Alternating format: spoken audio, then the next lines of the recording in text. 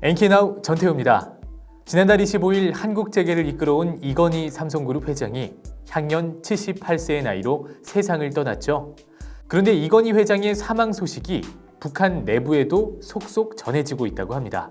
관련 신문을 본 중앙당 간부를 시작으로 일반 주민들까지 입소문을 통해 관련 소식이 퍼지면서 북한 주민들 사이에서도 이를 두고 여러 가지 말들이 나오고 있다고 하는데요. 그렇다면 북한 주민들은 이건희 회장에 대해 주로 어떤 말들을 하고 있을까요?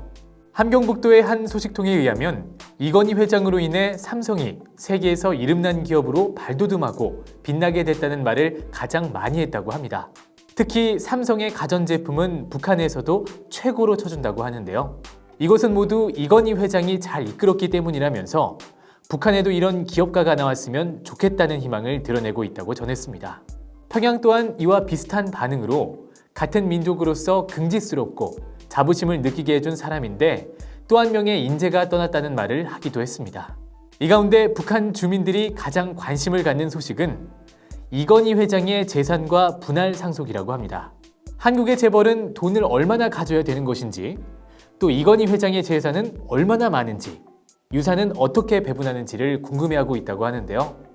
또 한 가지는 평양의 간부들 사이에서 지난 2018년 남북 정상회담 때 대통령 특별수행원 자격으로 평양을 방문했던 이재용 부회장에 대한 이야기가 다시금 회자되고 있는 것으로 전해졌습니다.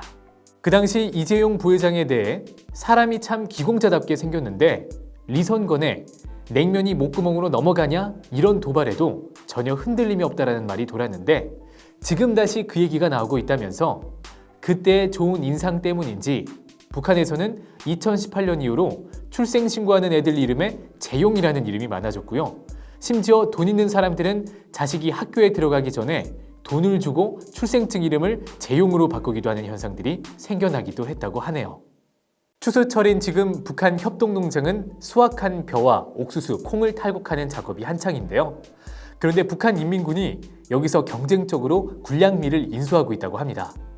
올해 수해 피해로 작황이 좋지 않은 데다 인민군대의 식량 공급이 원활하지 않자 북한 당국은 부대 주둔 지역의 인근 농장을 지정, 군량미 보장을 지시했다고 합니다. 문제는 한 농장에 여러 인민군 부대가 지정돼 서로 경쟁이 벌어지고 있다는 점입니다. 직접 도리깨질, 나달 털기 등에 나설 정도로 경쟁이 치열하다고 하는데요. 어느 해보다 일찍 몰려든 군량미 인수자들이 농장 마을에 24시간 상주하면서 손에 잡히는 대로 농장원들의 나달을 털고 있다고 합니다. 농장원들은 아니 농사는 우리들이 다 짓는데 가을에 갑자기 틀고 앉아 다 가져가니 소작농을 찾아와 쌀을 내놓으라는 지주들과 뭐가 다른가라며 당국에 대한 원성이 자자하다고 하는데요. 하나라도 더 탈곡해 인민들의 곡간을 채워주는 게 아니라 하나이라도 더 빼앗아 가려고 혈안이 된 모습입니다. 지금까지 NK나우였습니다. 시청해주신 여러분 감사합니다.